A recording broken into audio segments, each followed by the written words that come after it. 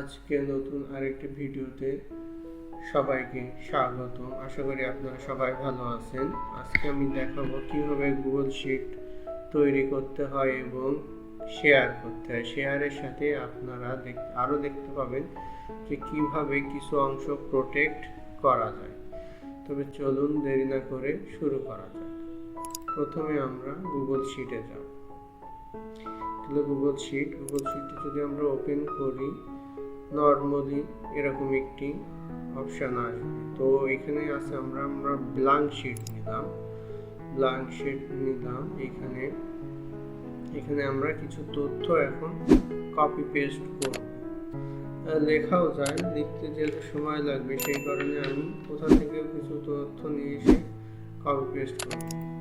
এটি একটি অফিসের ক্যামেরা সার্ভে রিপোর্ট, যেখানে কিছু ওল্ড ডাটা আছে। এটা এখন আমরা চাচ্ছি নতুন করে আরেকটি ডাটা নেওয়ার জন্য, এবং এইটি আমরা আমাদের বিভিন্ন অফিসে শেয়ার করব, যাতে তারা ওল্ড ডাটাটি কিছু পরিবর্তন করতে না পারে। শুধুমাত্র এই যে লাল লেখা এই দুইটা কলমে লিখতে পারে, এবং টোটালের ঘরটিও আমরা প্রোটেক্ট করে দিব, যাতে টোটালেও কোনো পরিবর্তন না হয়।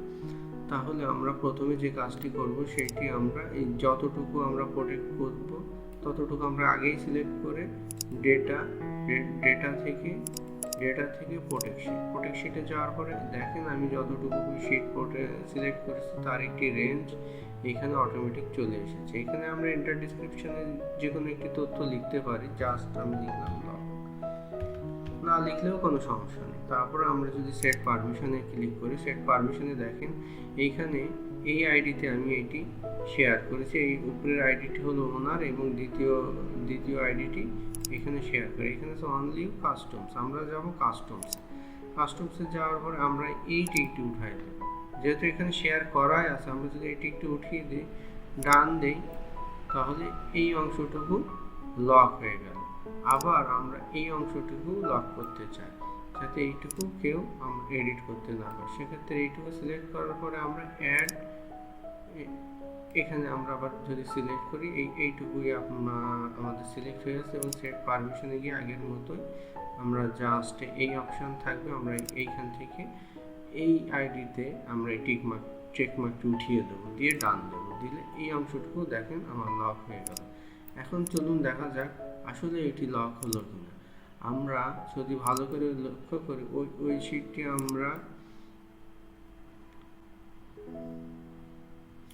এই যে এই আইডিতে আমরা শেয়ার করে রেখেছিলাম। আমরা একবার রিফ্রেশ করি, করার পর দেখা যাক আমরা এখানে কোনো কিছু লিখতে পারি কিনা। দেখেন ওল্ড সার্ভের ঘরে আমি যখনই ক্লিক করতেছি তখনই আমার একটি মেসেজ দিচ্ছে। আবার এই ঘরে কিন্তু আমি লিখতে পারছি। দেখেন এখানে একটি টোটালও অটোমেটিক সূত্র আছে, টোটাল চলে আসছে। এখানে যদি আমি লিখতে চাই সেটাও সম্ভব। দেখেন টোটালের ঘরেও আসছে, কিন্তু আমি যদি টোটালের কলমে কিছু করার চেষ্টা করি, দেখেন এইখানে আমার এটা লক দেখাচ্ছে। তাহলে আশা করি এইভাবেই আপনারা সহজে যে কোনো একটি শিট লক করতে পারবেন, যে কোনো একটি নির্দিষ্ট অংশ, এবং অন্যদের সাথে শেয়ার করতে পারবেন। সবাইকে ধন্যবাদ। এরকম ছোট ছোট টিপস পেতে হলে আমাকে কমেন্ট করুন। যে কোনো বিষয়ে আমি নিশ্চয়ই একটি ভিডিও তৈরি করে আপনাদের সামনে আবার হাজির হব।